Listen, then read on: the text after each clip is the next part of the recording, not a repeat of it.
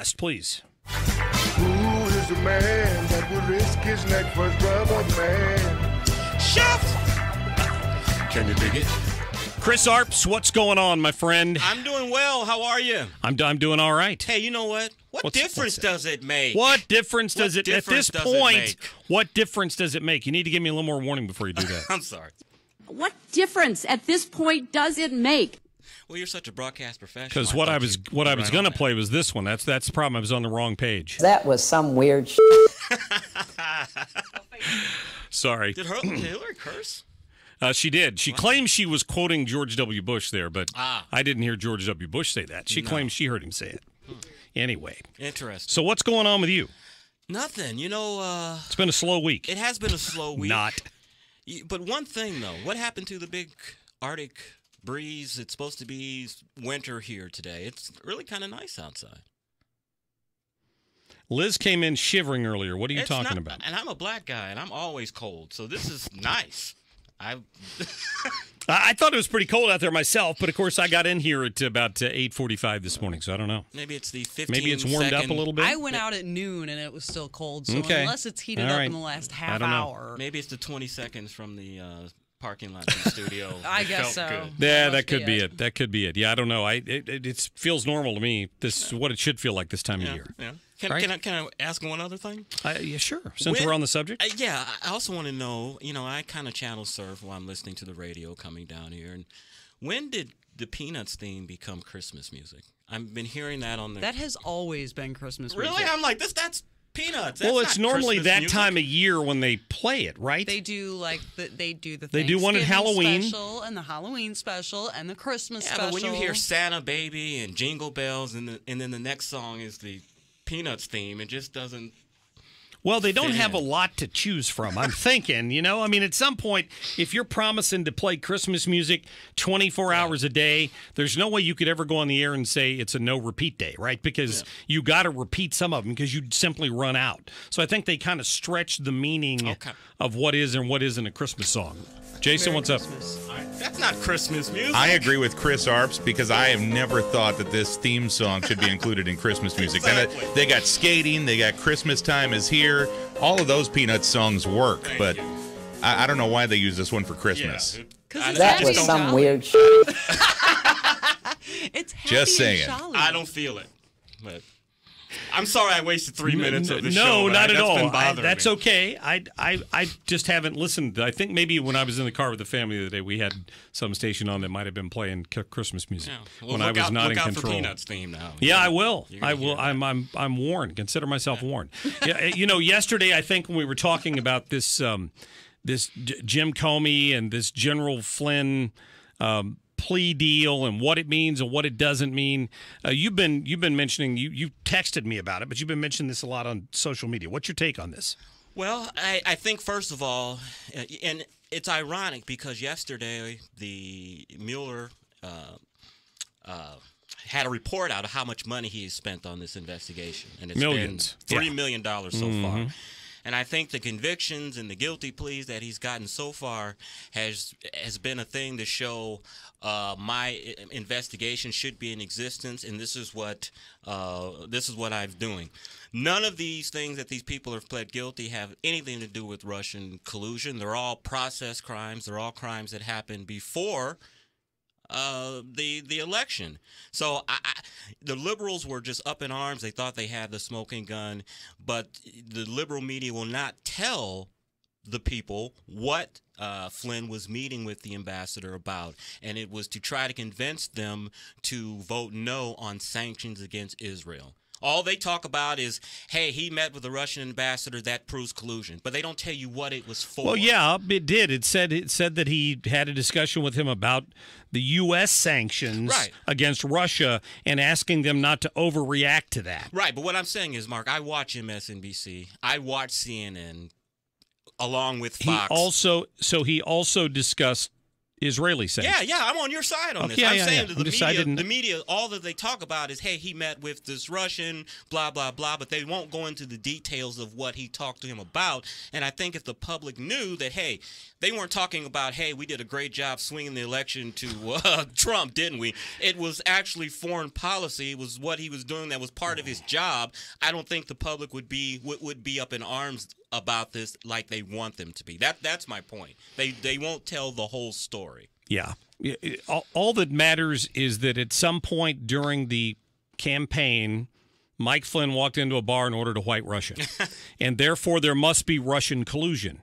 That's this latest guilty plea, I think, and the cost thing that you mentioned drives home how out of control Bob Mueller's investigation has become.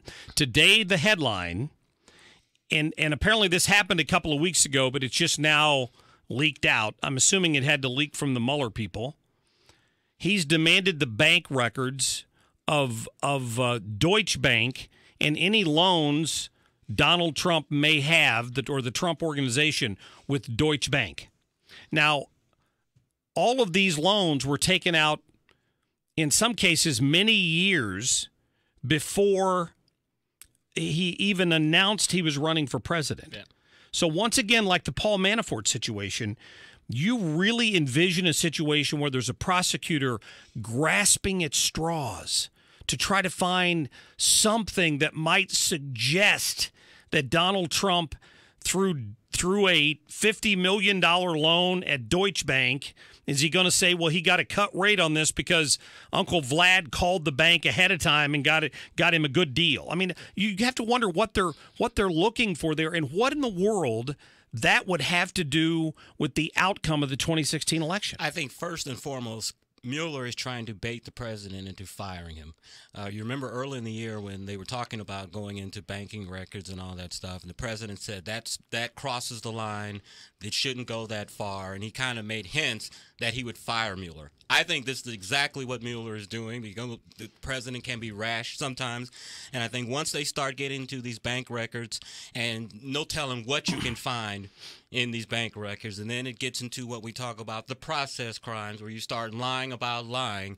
That's what they're looking for. I don't doubt that you're right. I just hope the president doesn't take the bait. But I think we've crossed a line here to the point that this investigation, if it continues forward, and is truly looking at allegations surrounding the 2016 election, the issue at some point comes back to that dossier, right? Yes. Was it Christopher Steele? Steele. Yeah. And Bob Mueller was the head of the FBI at a time when Christopher Steele was somebody they were paying for information. At some point, he's got a conflict of interest in investigating the FBI.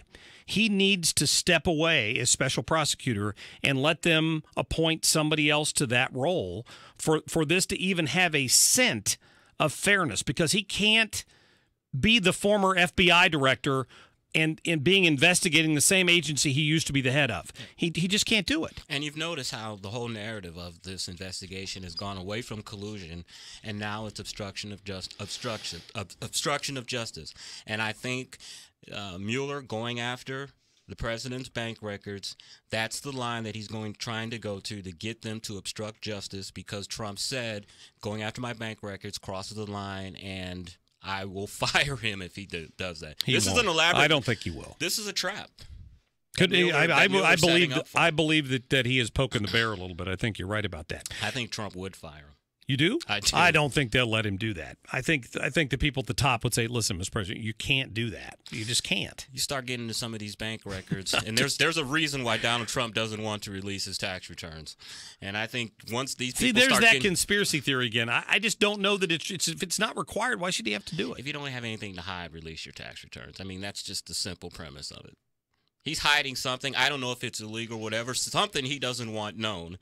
And I think Mueller going with these bank records is trying to get to those tax returns through the back door. I disagree that that's what's going on, but I do think that as a businessman of multiple corporations, his accountants have taken advantage of enough legal loopholes that they have reduced his tax liability to such a small amount that he knows the media and the liberals and the left will go wild if they see that.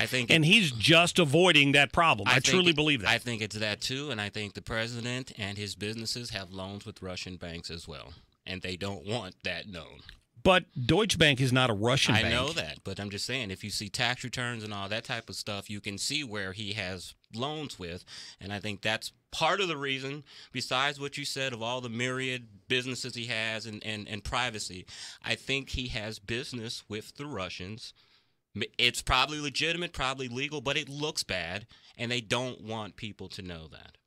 We'll see. That's Chris Arps. I'm Mark Cox. We will get to some of your phone calls, 314-969-9797. When we come back, we're going to talk about John Conyers and his decision to, first he says he was thinking about announcing his plans for retirement, and 30 seconds later he announced he was retiring immediately. I think the guy was a little addled when he was on the radio today. I'll let you listen to it.